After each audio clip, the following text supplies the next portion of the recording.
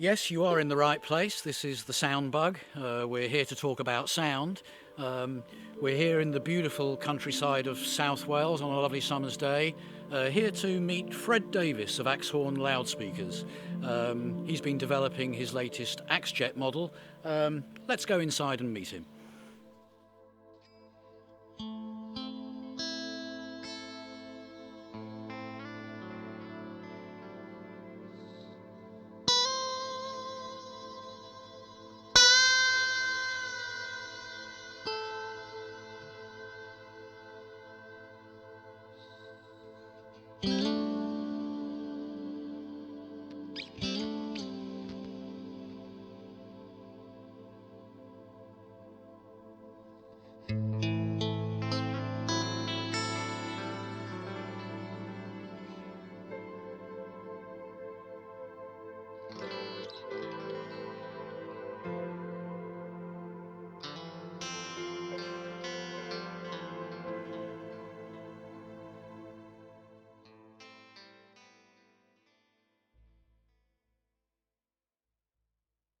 There as well. So we are rolling. We're rolling. Yep. Just as well it's not live TV, Fred. Otherwise we'd be in big trouble. Fred, I remember first meeting you up in high up in the Welsh mountains, where you'd built a house by digging out the foundations and making concrete horns. Not far from here, just up in the hill behind. Yes, my friends thought I was mad. I found this lovely barn, and instead of doing anything else to it, I started digging the floor out because I had a plan. And the plan was a Rex Bulldogs type bass bin for each of a stereo pair under the two walls. Coming out under the windows, into the floor and back out, 16 square foot mouths and 40 hertz horns. And I think that's what you heard. Eventually you came and reviewed them. I was a youngster then. So was I. It was a formative experience hearing Jimi Hendrix. I can't remember what we were playing. It might have been Hendrix Live at Woodstock or something. But Probably. I remember you saying, "Don't worry, the nearest neighbour is 3 miles away." But not quite, but quite a way. And it was astonishing to hear that, Hendrix full scale. Yeah, I mean, that's the thing. What I find really frustrating, lots of good hi-fi out there. You go to turn it up to a realistic concert level, and it doesn't cut it. It just can't do it. You can blow my speakers up. It's not bothering the neighbours much. It's just that it won't do it.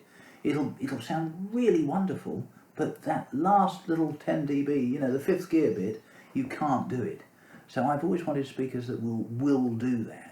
I don't want a PA, but I want a speaker that really performs, and that's why I've always gone with horns. I mean, horns just give you something. You say you don't want a PA.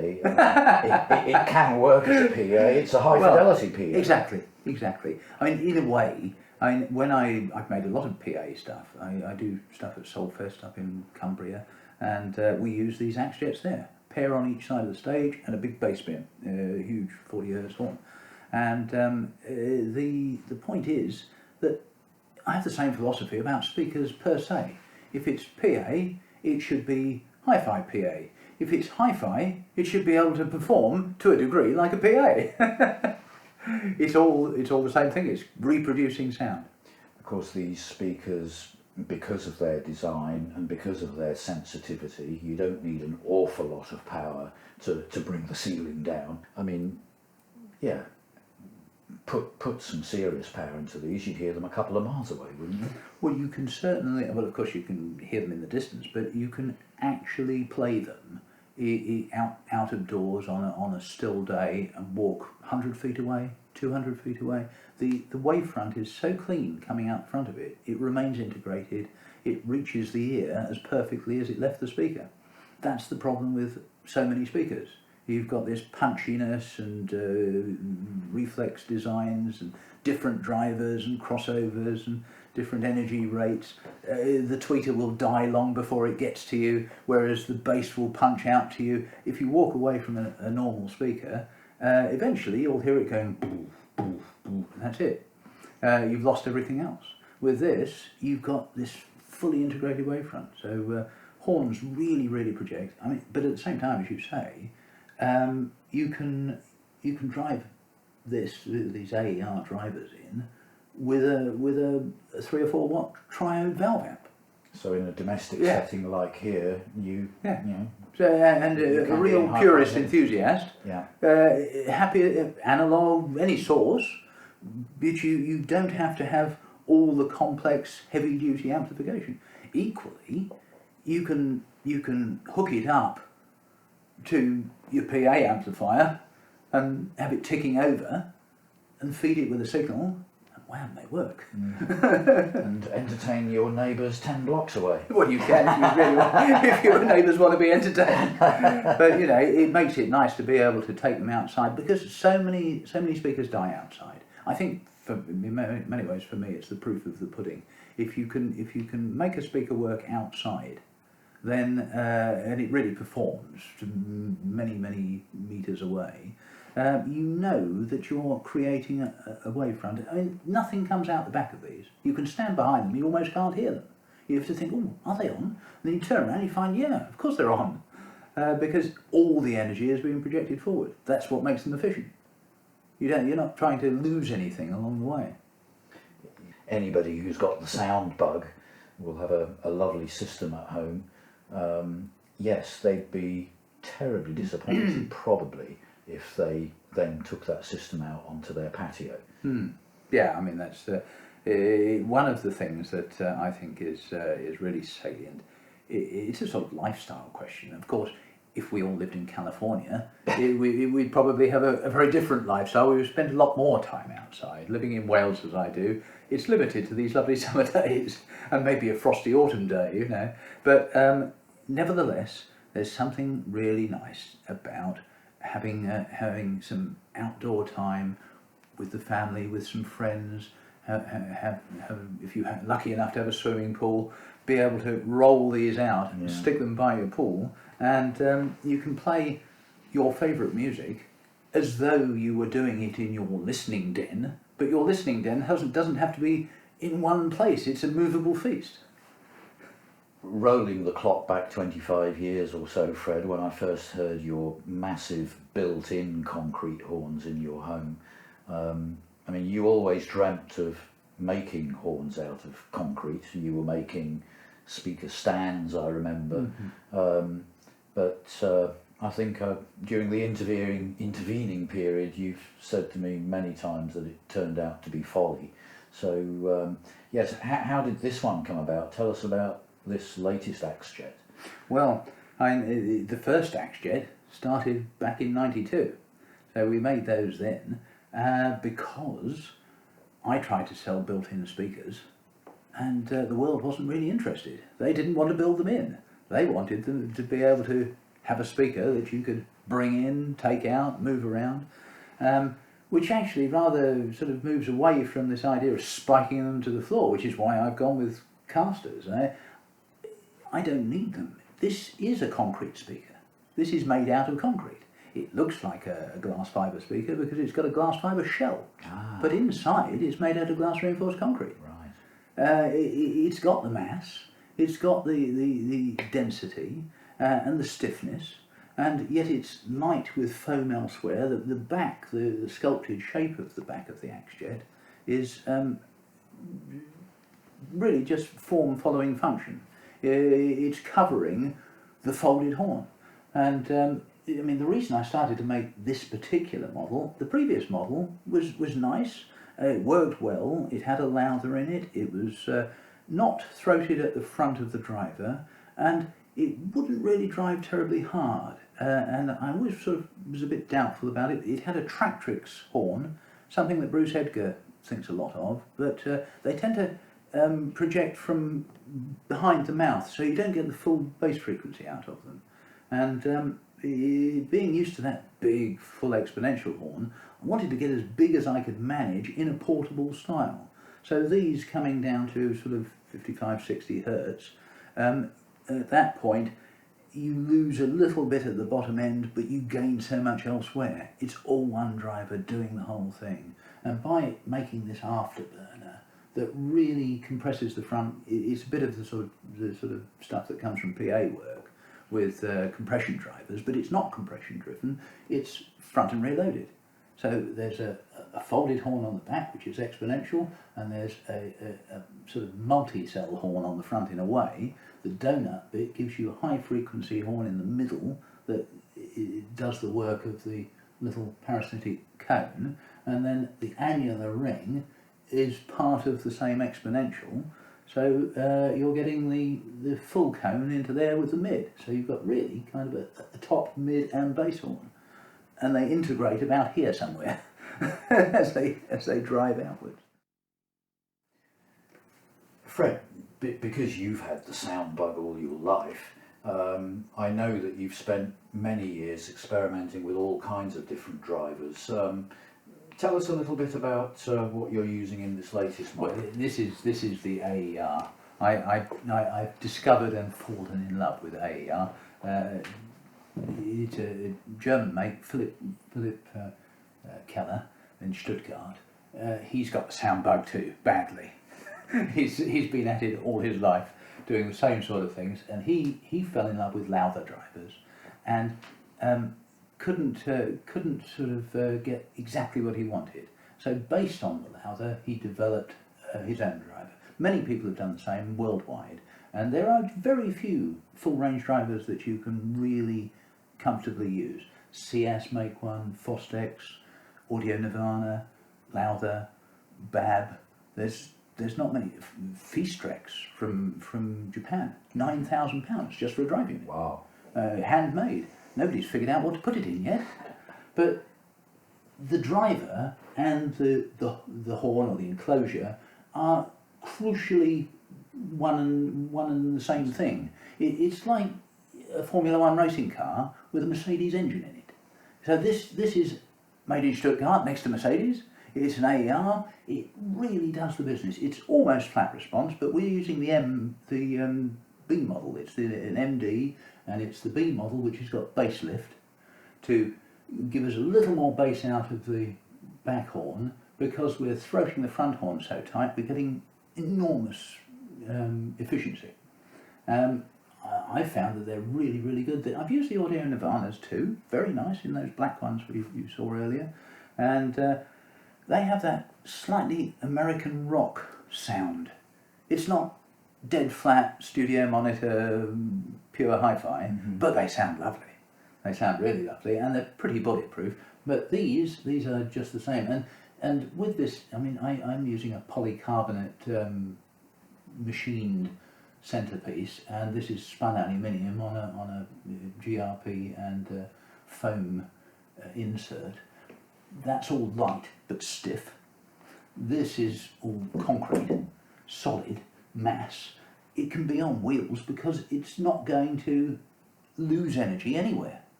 Normal speakers are spiked in order to lose the energy that's unwanted, that you're trapping at the back in the reflex zone or in the sealed box.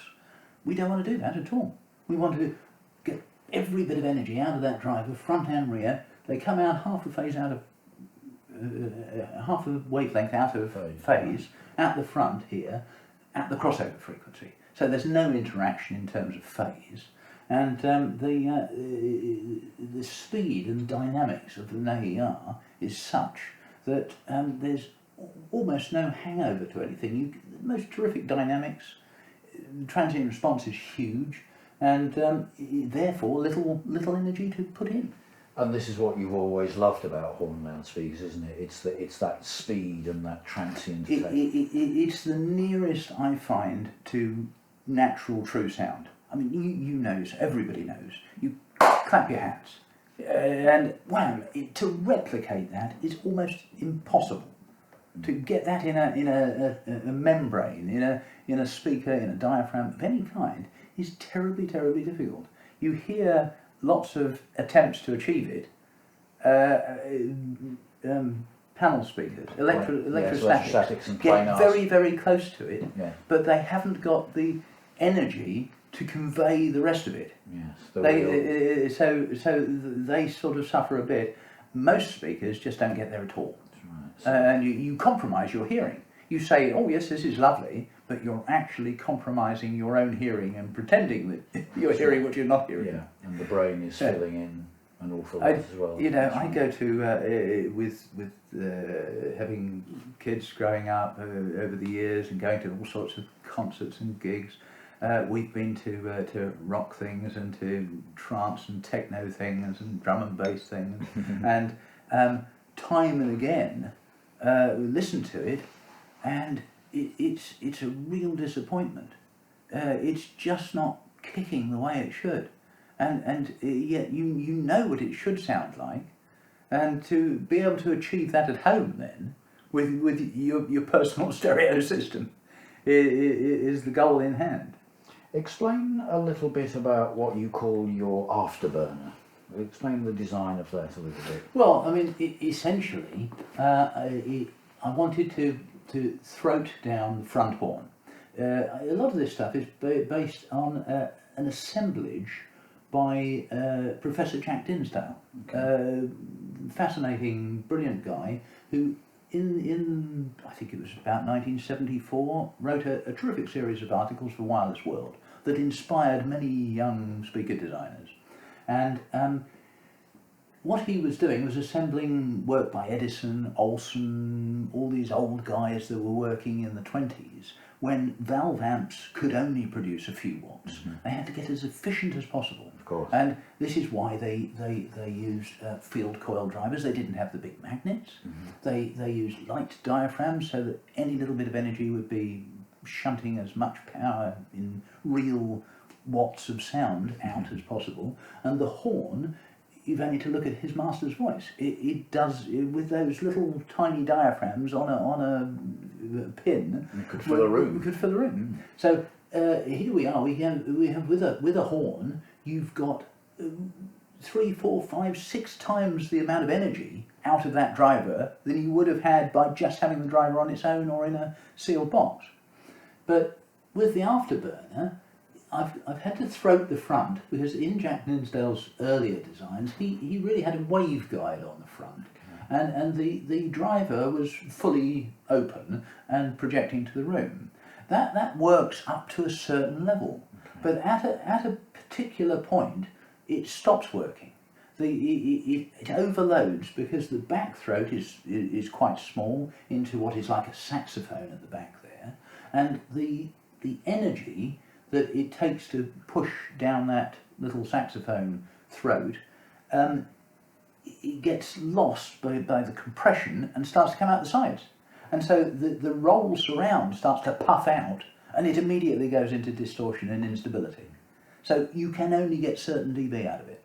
If you want to drive it harder, you have to take a sort of PA line on it and put a throat on the front of the thing. They have compression drivers, which are sealed at the back. Mm-hmm. They have a little horn on the front, and then all the energy is being pushed out the front as much as possible or absorbed at the back. Well, to not absorb it at the back and have everything, you want front and rear, but we do need to throat the front. But if you throat it down just to a single throat, then you screen the driver. So the driver is creating a mass of air, and those multiple frequencies are getting too mixed, and you then find you get a kind of that coloured nasal horn sound that people say, oh, it's a horn, it goes like this. No, that's not what we want. We want to get as much energy out, but we want to maintain as much of the field of frequency as we can. So that centre hole does the high frequency from the parasitic cone, which is the sort of tweeter of the machine. The main cone is getting the annular ring, and that's the sum of the centre and the annular ring is the throat of the front of this driver. And it's a little bit larger than the back driver, the back throat.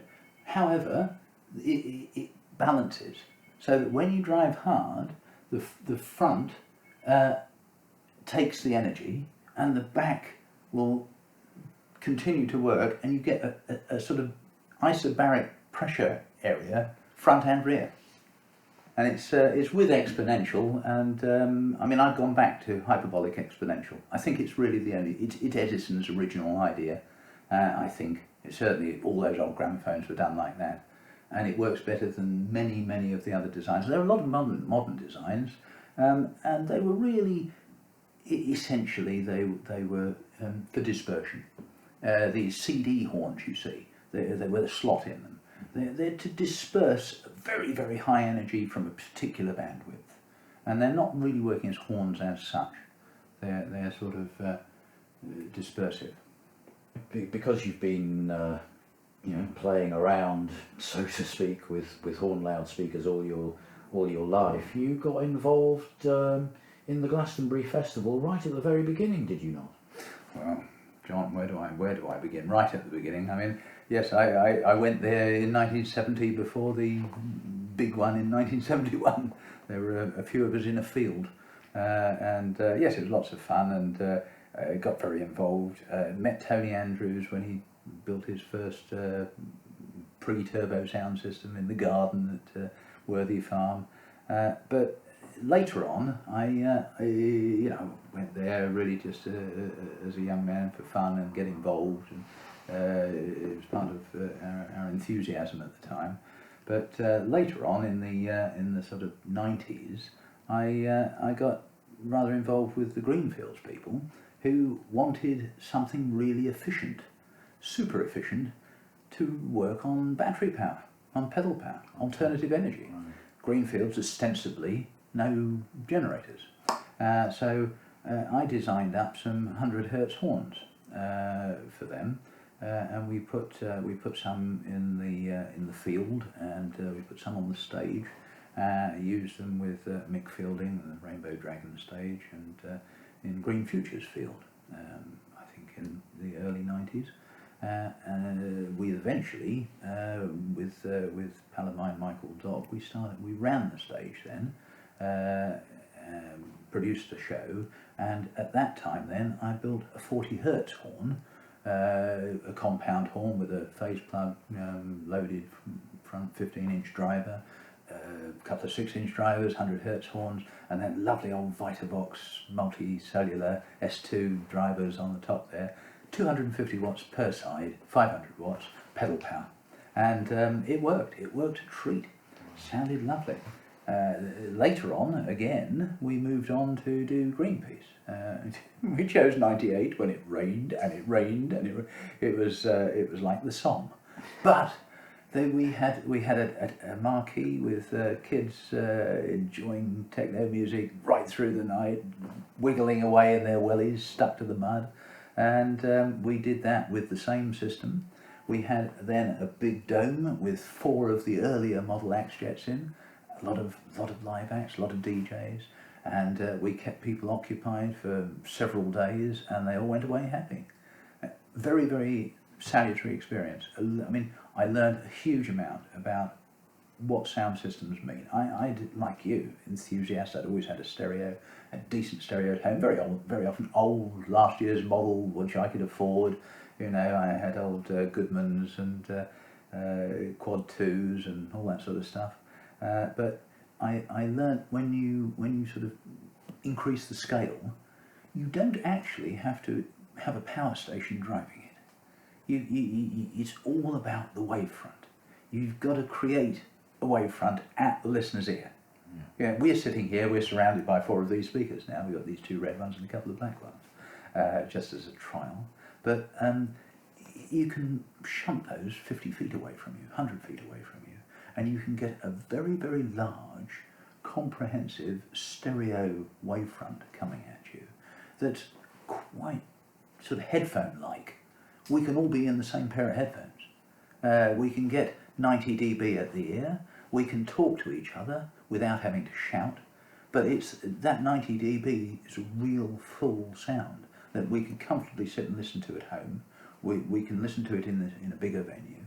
I can create with these. I can create 100 dB at the listener, which is really dance, centre of a nightclub or front of the stage when a rock band are playing. And you wouldn't want to do that And for too long. One doesn't want to do that No. a lot. That's right. Once in a while, you know, you're having a bunch of pals round. Rather, your kids are having a bunch of pals round, and they say, "Dad, can we turn the stereo up and put it on?" Well, most people are frightened of turning the stereo up because they know perfectly well the kids are going to kill the tweeters.